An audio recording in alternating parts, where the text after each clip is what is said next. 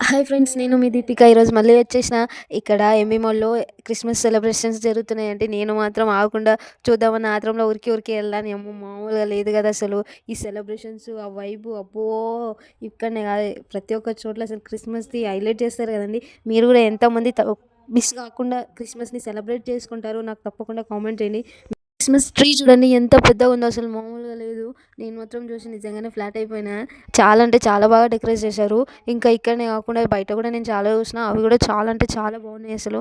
కిందంతా అంతా స్పెషల్ అంతా చూసిన తర్వాత, ఇంకా అంతా తిరిగిన తర్వాత బాగా ఆకలేసి అట్లనే పైకెళ్ళి కొంచెం స్నాక్స్ అది తిన్నాము. మస్తు ఉండే. ఇంకా తర్వాత మా ఫ్రెండ్ పైకి తీసుకెళ్ళిండు. అబ్బా! ఏమన్నా సౌండ్ ఉందా అసలు, ఆ వైబు, ఆ సౌండ్ అబ్బో! అదిరిపోయింది. నేనైతే అక్కడనే ఉండిపోవాలనిపించింది.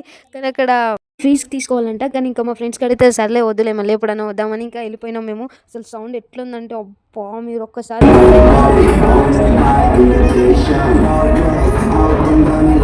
మీకెట్లా ఉందో గాని నాకు తెలీదు. బట్ నేను అక్కడుండి ఫీల్ చేసినా మస్తుండే.